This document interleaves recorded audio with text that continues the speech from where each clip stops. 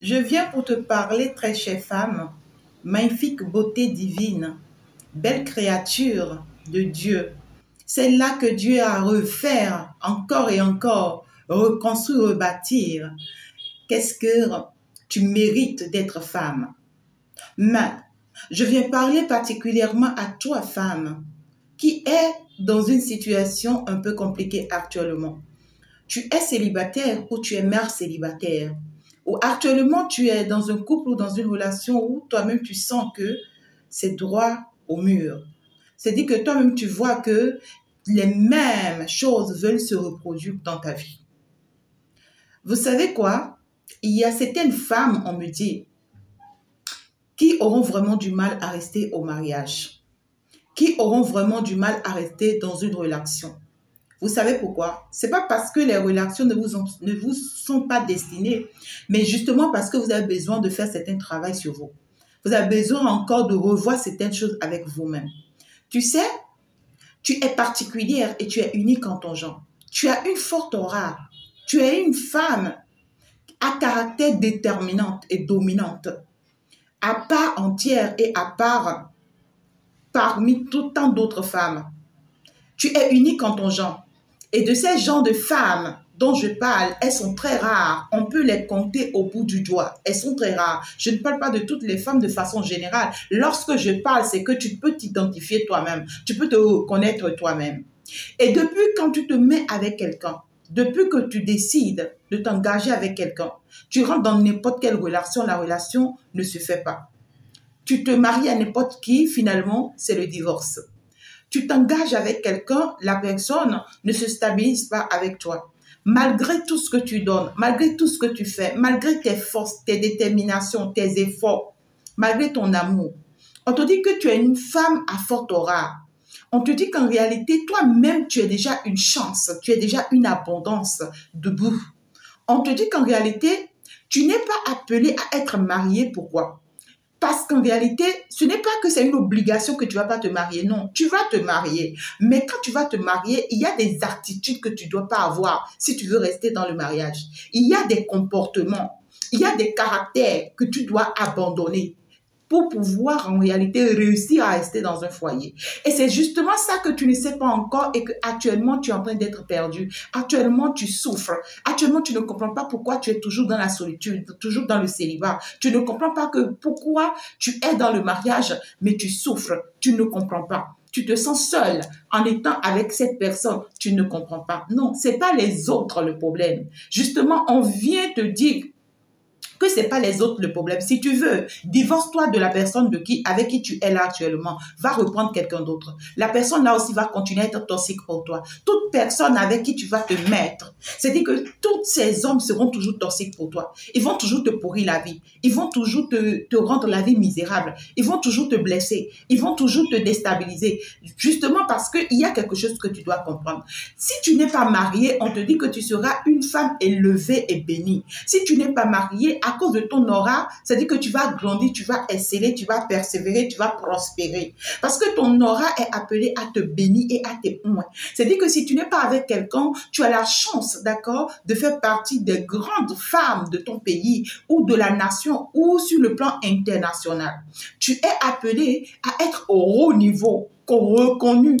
Et puis, tu es appelé à être finalement cette femme qui est considérée, respectée, honorée. Tu es appelé. Je ne dis pas que tu seras forcément présidente de la République. Je ne dis pas que forcément tu seras ministre ou député de la République. Justement, oui, il y en auront, vous serez ça. Et vous serez reconnus, même des avocates et plein d'autres. Vous allez connaître le succès sur des succès.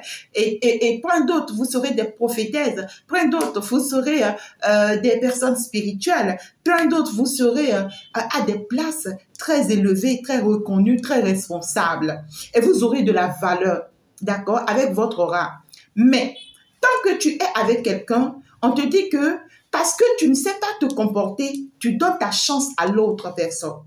Et c'est toi finalement qui prends la malchance de la personne. On te dit tout homme avec qui tu vas te mettre dans ce monde, ils prendront toujours ta chance parce que tu ne sais pas comment protéger ta chance pendant que tu es avec un homme.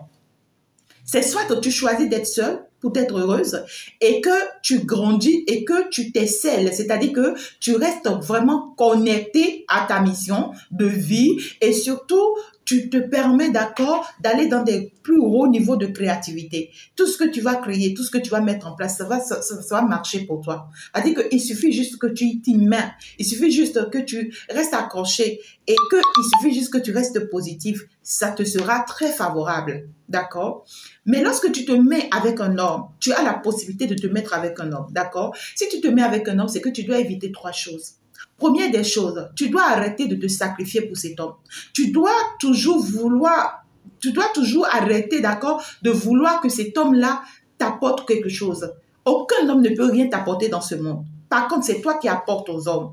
Donc, tu dois arrêter de trop te sacrifier pour un homme. C'est-à-dire que quand cet homme est dans ta vie, laisse-lui te prouver qu'il t'aime. Laisse-lui te donner de l'amour. Laisse-lui protéger votre relation. Laisse-lui protéger votre amour. S'il ne veut pas rester, qu'il s'en aille. Tu dois le prouver par A plus B que tu n'es pas là pour ça. Parce que ta présence déjà à ses côtés est déjà une bénédiction, est déjà une élévation, est déjà une mérite pour lui. Donc, du coup, ce que tu viendras apporter encore, c'est déjà de trop. Et c'est justement ce que tu viens apporter encore qui vient gâter ce que tu as déjà. C'est-à-dire qui vient finalement détruire cette relation, qui veut finalement détruire cet amour. Parce qu'en réalité, ta présence déjà est déjà une grande protection, une grande bénédiction, une grande élévation pour cette personne. Si cette personne n'avait pas de travail, tu verras que la personne, si les opportunités vont commencer par s'ouvrir pour lui. Si cette personne n'avait pas de la chance, tu vas voir cette personne, la chance commence par s'ouvrir pour elle. Maintenant, toi, il va falloir que tu te permets, d'accord, de rester dans ton énergie, dans ton aura, pour te permettre de propulser, que d'utiliser encore le peu d'aura, parce que déjà, à ta présence aux côtés de cette personne, c'est que tu partages ce que tu es, c'est-à-dire ta chance avec cette personne. Donc, tu es en train de faire prospérer cette personne. Et c'est justement dans ce sens qu'on va te dire que cette personne pompe ton énergie. C'est vraiment à cause de ça qu'on va te dire que cette personne se nourrit de ton énergie. Justement parce que c'est toi qui es. Et c'est ce que tu es que cette personne prend. C'est-à-dire que cette personne prend une partie de ça. Cette personne, c'est-à-dire se permet de grandir grâce à ça. Maintenant, lorsque tu dois venir encore lui apporter, lorsque tu dois venir encore te sacrifier, c'est-à-dire que c'est toi-même qui te bloque. Parce que le peu qui te reste pour que tu te permets d'évoluer, de t'élever, c'est-à-dire que c'est avec ça que tu prends pour le supplier. C'est avec ça que tu prends pour être là à sa queue, matin, midi, soir. Tu veux tout faire pour qu'il soit là pour toi. Tu veux tout faire pour qu'il pense à toi. Tu veux tout faire pour qu'il se sacrifie pour toi. C'est-à-dire que tu veux être à sa merci. C'est impossible que tu puisses vraiment bâtir ta vie. C'est impossible que tu puisses vraiment construire ta vie. C'est impossible que tu puisses vraiment y arriver. Parce que ce qui est toi, c'est ça que tu donnes gratuitement. Et c'est justement en cela qu'on va te demander de faire attention à ta gentillesse. Attention aux donner parce que tu donnes de trop. Tellement tu en donnes que tu ne reçois pas. Tellement tu en donnes que tu ne reçois pas. Donc, n'oublie pas que c'est ta chance que tu es en train de donner. C'est ton bonheur que tu es en train de donner. Alors, l'autre va réussir, l'autre va prospérer, mais c'est toi qui vas rester. C'est toi qui vas perdre. Parce que pendant que tu es avec l'autre et que tu te sacrifies pour l'autre, c'est-à-dire que tout ce qu'il doit faire, tu es prêt à faire pour lui. Tout ce qu'il doit mettre en place, tu es prêt à mettre ça pour lui. Tout ce qu'il doit composer, c'est-à-dire que tu es prête à faire ça pour lui. Et tu t'oublies, tu t'ignores. Tu n'iras nulle part. La meilleure chose que tu puisses faire, c'est de penser à toi dès que tu es avec cette personne ou dans cette relation, de penser à toi, faire ta vie, construire ta vie, bâtir ta vie, mets-toi devant et puis promouvoir ton aura, prospère ta vie, prospère ta personnalité. N'oublie pas que tu es unique en ton genre et n'oublie pas que tu es seul. Tu es seul, après tout, parce que tu es né seul et tu partiras seul. Donc, si tu ne sors pas du sacrifice, si tu n'arrêtes pas de toujours tout faire pour l'autre, tout donner pour l'autre, tout sacrifier pour l'autre, c'est que tu n'arriveras vraiment pas à t'élever dans cette relation et tu ne permettras jamais et tu ne donneras jamais non plus de l'espace pour que l'autre puisse reconnaître ta valeur. Donc, du coup, on te dit, lâche prise, laisse les choses venir à toi. À partir du moment où tu fais prospérer ton aura et que tu penses à toi et que tu te fais grandir dans ta mission, c'est-à-dire que les choses viendront d'eux-mêmes à toi. L'amour viendra de lui-même, l'argent viendra de lui-même, le bonheur, l'abondance et tout ce que tu veux viendra de lui-même. Donc du coup, pense à toi si tu veux rester dans le mariage ou si tu veux être seul, c'est ton choix.